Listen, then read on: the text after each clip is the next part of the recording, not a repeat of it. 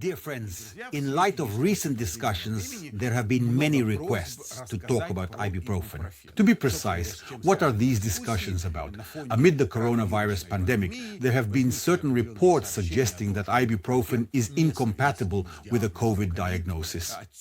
As a result, a huge number of publications appeared all over the world, sparking widespread debate both on social media and in the scientific community. Nevertheless, it should be stated that as of today, there are no convincing studies indicating that ibuprofen is in any way contraindicated for coronavirus infection. All major medical associations continue to recommend ibuprofen as an effective antipyretic, pain reliever, and anti-inflammatory agent. So, ibuprofen is a typical representative of the so-called non-steroidal anti-inflammatory drugs. The word non-steroidal basically means in plain language non-hormonal. Thus, ibuprofen is a medication that has been known to humanity for quite a long time. Just think about it. It was synthesized in 1962 and was actively used as an anti-rheumatic agent, as an anti-inflammatory drug.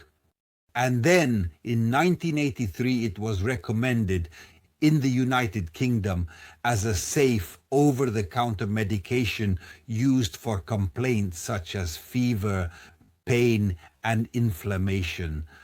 And please note that since the year 1983, the drug has actually been available over the counter, that is, without a prescription, in almost every country in the world. In other words, humanity has amassed truly enormous, vast experience in using ibuprofen, and this experience attests to its very high effectiveness and safety. Ibuprofen is practically the main medication used for fever, pain, and inflammatory processes in children. In some respects, it even has certain advantages compared to another commonly used drug, paracetamol. For example, one of ibuprofen's strengths is that it not only has pain-relieving properties, but also a pronounced anti-inflammatory effect. There are no restrictions on the duration of its use, meaning it can be taken for significantly more than 5 days if indicated.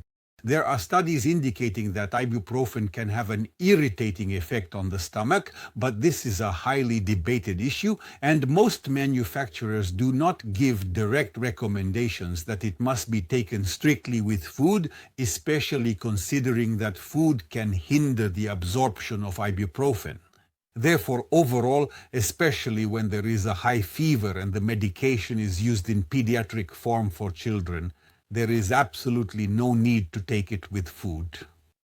Another key feature of ibuprofen, especially compared to paracetamol, is its longer duration of therapeutic effect, up to 8 hours. The standard dosage of the medication is 5 to 10 milligrams per kilogram of body weight. The interval between doses should be at least 6 hours, and the total daily dose accordingly should not exceed 20 milligrams per kilogram of body weight. I want to emphasize once again that when used correctly, that is, when dosing guidelines are followed, ibuprofen is one of the safest medications, and it is virtually free of toxic effects on the liver and kidneys. That is precisely why I strongly recommend, in fact, I have been strongly recommending for many years, to have ibuprofen as an essential component of your home medicine cabinet, your emergency kit, and your travel first aid kit. Draw the right conclusions